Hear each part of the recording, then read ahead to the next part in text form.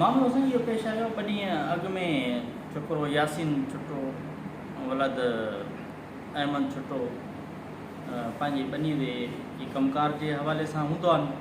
राति जो कंहिं दुकान ते वियो पाड़े में, उतां थी मोटियो त अॻियां माण्हू फिरी आयसि।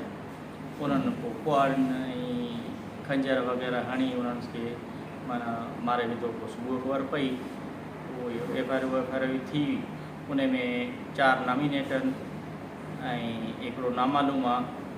उन में 2 गिरफ़्तार थिया आहिनि। 2 जेके मेन माण्हू आहिनि अब्दुल नबी ऐं मुमताज़, इहे 2 गिरफ़्तार कोन थिया आहिनि। ऐं DSP बि यकीन ॼाणायो आहे, SHO बि यकीन ॼाणायो असीं गिरफ़्तार कयूं था।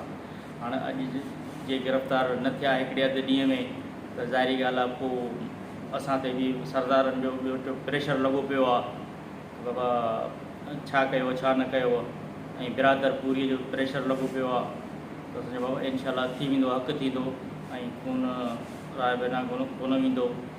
ऐं उन जे करे हाणे इहा ई ॻाल्हि आहे। ऐं जे न उहो मेन माण्हू गिरफ़्तार न थिया त ज़ाहिरी ॻाल्हि आहे पोइ रोड ब्लॉक बि थींदा, दाइरो वधायो वेंदो, रोड ब्लॉक वग़ैरह ई हू। ऐं बिरादर जी बि उहो ज़ाहिरी ॻाल्हि आहे कंहिंजो बचो मोहल आहे त उहो बि माना परेशानियूं ॿियूं सभु ॻाल्हियूं आहिनि। तव्हां पुलिस सां ॻाल्हायो भला हुनखे केतिरो टाइम था ॾिनो? उन्हनि खे चयूं था असीं माण्हू करियूं था पेश कल्ह जे नाले सां। कल्ह उहो माण्हू को बि अञा पेश न थियो आहे।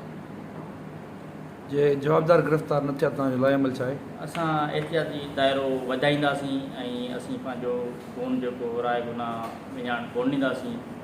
ऐं असीं उहो मुतालबो करियूं था SP साहिब खां, DSP खां, SHO खां। पोइ असांजो जेकी हक़ी जवाबदार आहिनि उहो जल्द जल्द गिरफ़्तार कया वञनि। घणी देरि थी आहे FIR खे? FIR थी आहे कल्ह, अञा ताईं गिरफ़्तार न थियो? अञा गिरफ़्तार कोन थिया। ठीकु।